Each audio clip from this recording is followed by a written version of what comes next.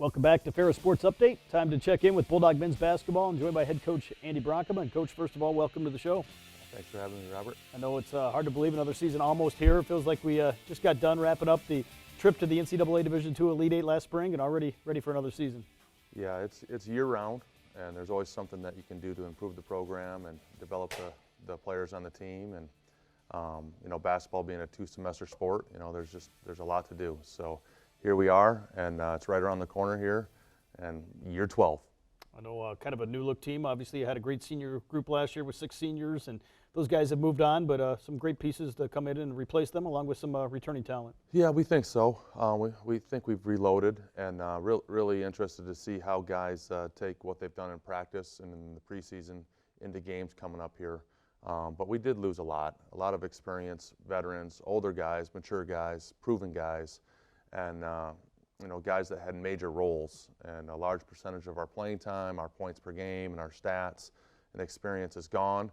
At the same time, we do have a core group of guys that are veterans, and we'll be relying on them with Dang Rang in his 6th year, and Jimmy Scholler and Reese in their 5th year, and Mike Kell in his 5th year coming back after a year off, and then Ethan Erickson in his 4th year coming off of a first-team All-League performance last year. So we have a core group of guys we can rely on, and then our incoming guys, 3 transfers, our freshmen, our new guys that were kind of behind the scenes practicing last year and developing themselves.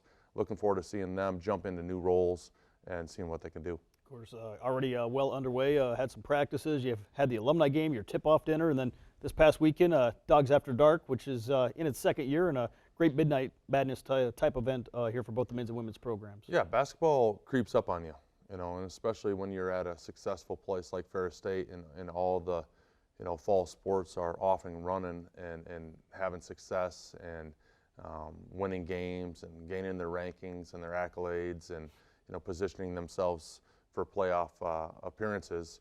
Basketball is kind of behind the scenes, really practicing and doing our thing, and ready to get on the court here soon. But we've been practicing, we've been working, and we had our alumni game, which was great. We had 25 guys back. A lot of guys that I coached.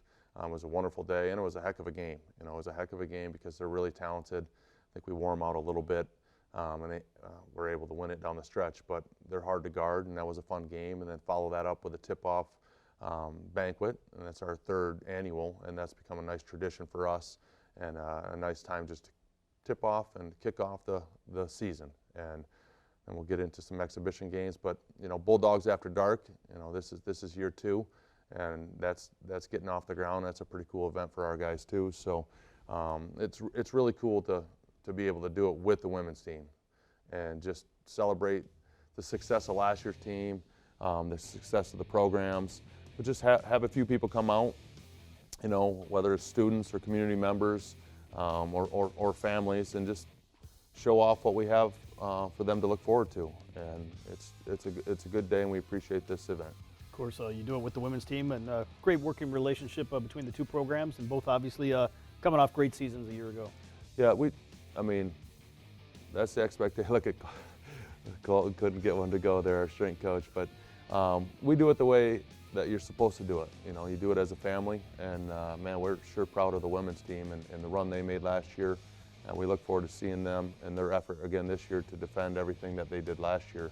And they're in a little bit of the same boat as we are. Lost some legendary players. It kind of reminds me of our 2018 team, where they had Mal and Chloe, a little bit like Cushenberry and Hankins in some ways. So, but they're going to reload too. Obviously, 3-point contest, dunk contest. Jackson Whitaker upsets Ethan Erickson in the 3-point contest, which was kind of cool to see. Yeah, a little surprise there, but we know Jackson could shoot it, and he took that title from him. And these guys make these dunks look easy, man. Kell taking it off the side of the backboard, and Dono barely being 6 foot, if 6 foot, and dunking so easy. And then it used to be the between the legs dunk was the game or the NBA winning dunk for the dunk contest, and now everybody's doing it. So these guys are impressive, and I don't know about that in between the legs there. That's good. So they're having fun. A little quarterback hike here, deep shot. Hopefully they got Ethan's half quarter on here in a little bit. But Just a fun time, fun event, and another opportunity for the community and students just to touch our players and get to know them and feel part of things. Obviously, this event kind of leads you into an exhibition season. You take on Calvin University here early this week, and then great opportunity next Tuesday night at Michigan State. Yeah, you fill your exhibition games with teams that you think can help develop you as a team, and obviously you want to play as many big teams as you can. We appreciate Coach Izzo and Michigan State. This is the 4th time they played us since I've been the head coach, and that's a game that's going to prepare us. Playing a team with 6 or 8, 6'8", 240-pound players. I forget what it is, but they're just so athletic and big, and it'll challenge us in every way and help prepare us. And then believe it or not, that's going up a level, but going down a level and playing Calvin, I mean, they're Elite 8 last year, and they're beating us by 8 at halftime. I mean, that's going to be a game down to the wire. I'm not sure when this is being taped, but we'll figure that out. So the game's tomorrow, and just playing Coach Saul's team, that's something that for me is a tribute to Coach Saul for hiring me and getting me my start in coaching. And if it's available, we'll play Calvin out of respect for him and his program. Obviously, these games will really help prepare you for the start of the regular season. You head down to West Texas A&M for the Division II tip-off tournament here the first week in November, and then back at home for your own tournament here in week number 2 in November. Yeah, so it's coming quick.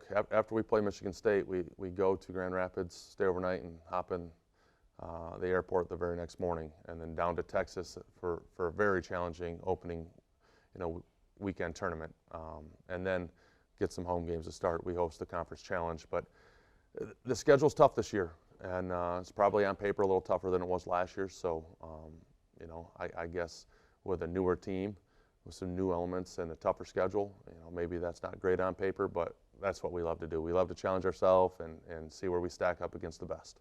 Finally here, maybe talk about that. You mentioned some of those veterans. What type of leadership have they kind of helped provide here, and how important has that been? Well, I think the biggest thing for me is we've had one bad practice. We addressed it. We bounced back from it really well, but we've been a good practice team. And I think if you're going to reach your potential, whatever that happens to be, and we have high expectations, but whatever your potential is, if you're going to get there, you have to practice hard. And you have to do it every single day with a focus and an ability to listen and learn and to be coachable. So I'm really happy with our group from that standpoint, and that starts with the veterans and the culture and trickles on down. So that makes me think that maybe we could get to be a pretty good team eventually here, and that's a credit to the vets. Well, Coach, thanks for the time, and best of luck as you get ready to take on the Spartans and then open up the season next week. I appreciate it. We'll be back with more Ferris Sports Update right after this.